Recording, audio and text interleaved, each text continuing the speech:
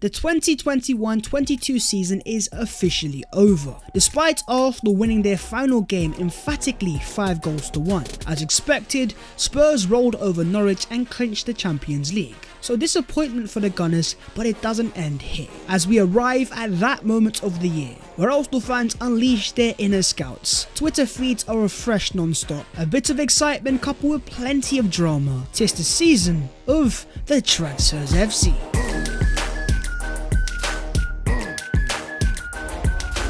Yo, what is going on, guys? My name is Baz14. Welcome back to your boys channel, and yes, the season is officially over and it was so much promise. We were so excited and yet we couldn't just get over the line. Despite of that, you guys showed your boys so much love and support over the course of the season. So from the bottom of your boys' heart, I want to thank you so much. You guys are the real MVPs. But as always, we're here with all of the latest Arsenal news, so if you enjoy, smash a like, subscribe to the channel if you are new, and help your boy as we close in to 90,000 subscribers. Wow, it's mental. But let's get into this, and starting off with the end of the 2021-22 season. And in terms of the Gunners, they signed off with a massive 5-1 win at the Emirates against Everton. Arsenal maximised all they could do in that final game of the season, but as expected, Spurs went to Norwich, a team that was relegated, rolled them over 5-0 and secured the return for them to the Champions League. But to be quite honest, we've known this since the game against Newcastle,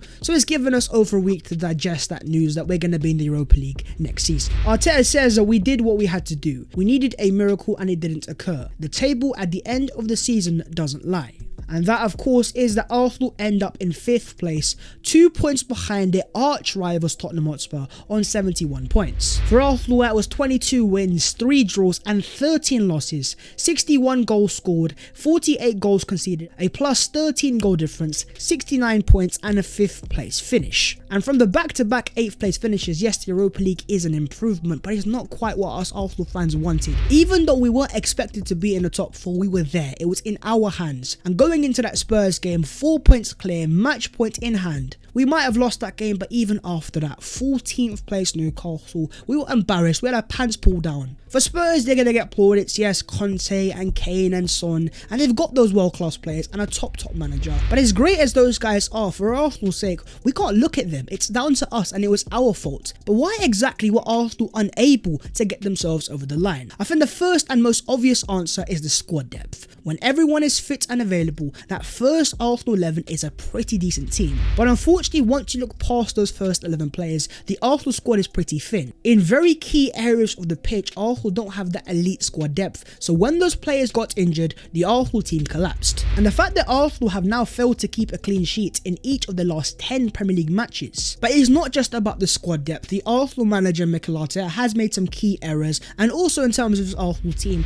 the youngest team in the league, they're going to have inexperience, and at times that inexperience showed, especially in the business end of the season. And even if you look at the Arsenal attacking stats, Arsenal actually rank 4th for expected goals with 69 goals, 4th for shots, 4th for touches in the opposition box, 6th for goals scored, but 12th for shot conversion. The fact that our centre-back in Gabriel with 5 goals has more goals than one of our starting strikers with 4 in Alexandre Lacazette. The lack of a proper centre-forward for most of the season has quite clearly cost Arsenal. Instead, Arsenal put their faith in the youth players. And to be fair, Saka, Smith Rowe, Martinelli and Odegaard have all over 10 goals and assists in the Premier League. All these guys require now is a consistent goal scorer, a go-to striker down that middle that will take the Arsenal chances, that will attack the box, and all the crosses and chances this Arsenal team makes with a proper centre forward next year, which Arsenal will have, that could be an extra 5, 6 to 8 points there and there, and that is confirmed Champions League footy. But going into next season now, despite many Arsenal fans being depressed, and I can understand why, I understand the disappointment, but for myself,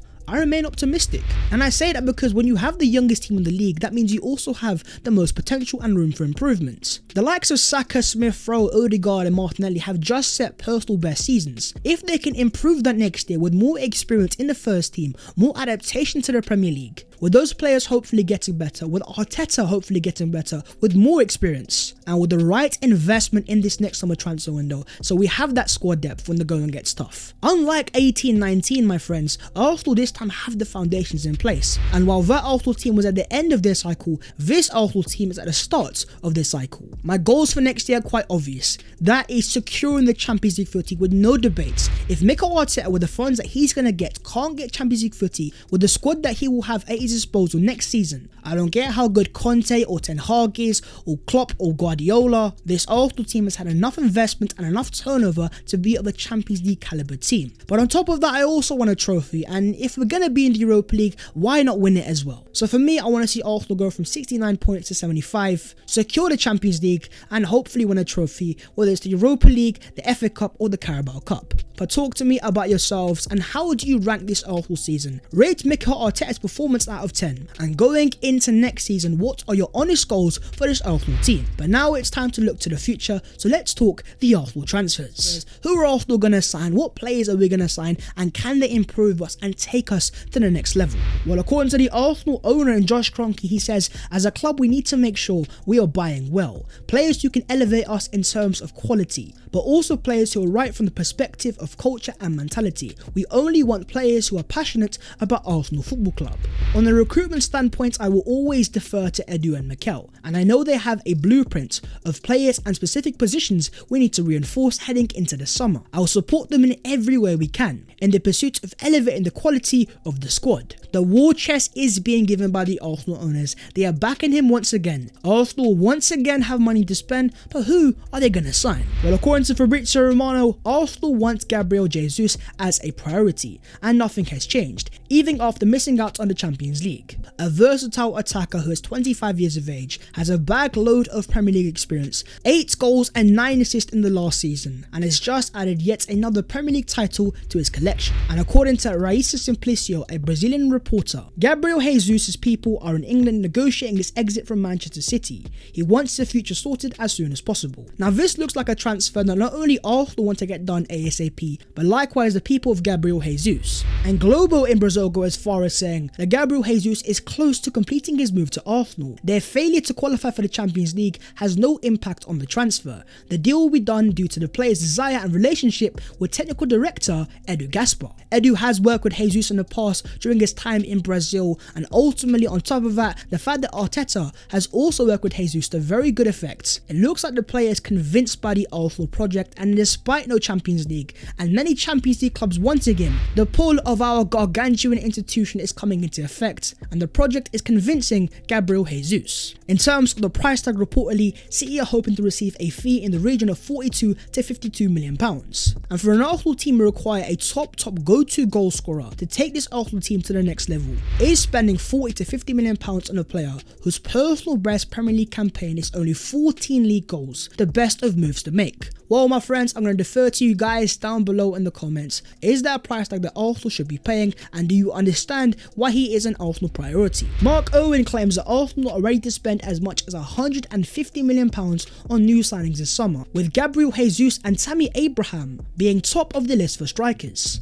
Tammy Abraham is a player that Arsenal wanted to sign last summer, but unable to sell Alexandre Lacazette and Aubameyang staying as well, he took his services to Rome instead with Jose Mourinho, and 17 league goals in his first full year there. Tammy Abraham has thrived in Rome, and it's quite clear that Arsenal remain pretty interested. But according to Italian super agent Roberto De Fantil, although Tammy Abraham is a Roma player, the club's sporting director confirmed to me the deal finalised with Chelsea last summer means the striker is effectively on a loan for 2 years before a mandatory fee has to be paid. Therefore, given the legalities, if Arsenal were to make a formal approach, they must do so to both Roma and Chelsea, and this is putting Arsenal off, for obvious reasons.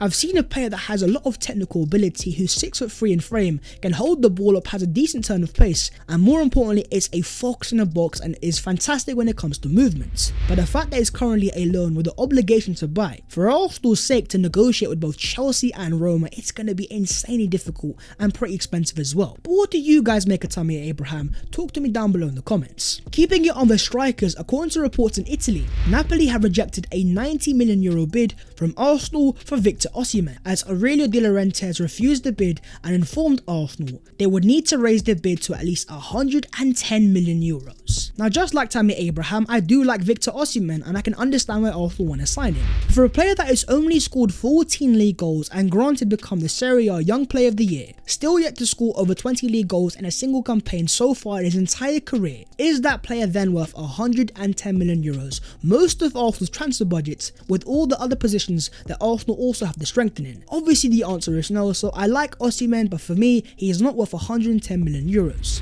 Who do you guys want to see Arsenal make their summer priority as their next centre forward? Moving on to the midfield, as according to John Percy of The Telegraph, Mikel Arteta is pushing Arsenal to make an opening £25 million bid for Youri Tielemans, as Arteta has identified Tielemans as one of his leading summer transfer targets and is making a number of background checks on the Belgian international. It's a player with 1 year left on his contract that so many clubs want to sign, and it's been made pretty public that he's not going to extend his Leicester contract. And that just gives the likes of Arsenal and any clubs that want to sign Tielemans so much room and power in negotiations, and I think the price tag of 25 to 30 million pounds isn't far off what it's going to cost. And for Arsenal fans' sake, I understand that not every fan is convinced because of Tielemans' lack of a physical profile, but I think Arteta likes Tielemans because of his technical pro-efficiency. For an Arsenal team that away from home struggles so much to control games, signing an elite technician like Youri Tielemans, who has insane passing range, is so technically secure, would give Arsenal an improvement on Xhaka on the attacking side, having scored 6 goals and got 4 assists this season. Therefore, for a price tag of 25 to 30 million pounds, with a bag load of Premier League experience, just 25 years of age, for some people this is an absolute bargain, so where do you guys stand on it? And for that sort of price tag, do you guys want to see Arsenal sign Youri Tielemans,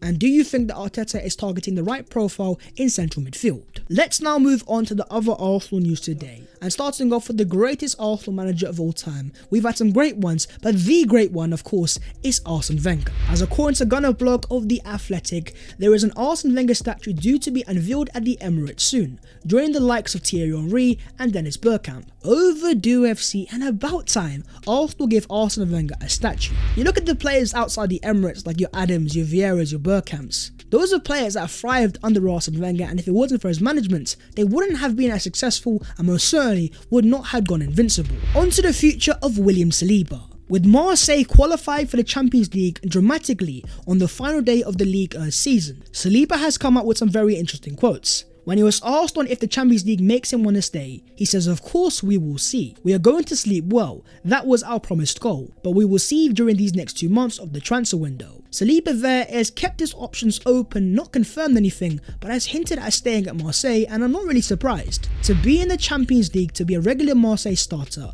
to now also being in the France squad, coming back to the Emirates Stadium, as fantastic as it would be for Arsenal in terms of squad depth and the future. For the player himself, unfortunately, he's not a guaranteed starter straight away because of the quality that Arsenal have in Gabriel and Ben White. So with the World Cup around the corner and Saliba being in that France squad to remain there, he's going to have to play consistent 30 minutes. So that UCL footy has thrown a spanner in the works, so we're going to have to wait and see and keep an eye on William Saliba. But that is the video there and there, so hopefully you guys have enjoyed, and if you have, don't forget to smash a like and subscribe if you are new. If you would like to follow your boy in all of those social medias, then the links will be down below in the description. But that was all of today's latest Arsenal news, and the season is now officially over. Close the chapter, look to the forward. The Champions League was 2 points away. It wasn't meant to be, but now a massive, gargantuan transfer window awaits. So for Arsenal, it's time to get busy. Until then, take care of yourselves, and in a bit.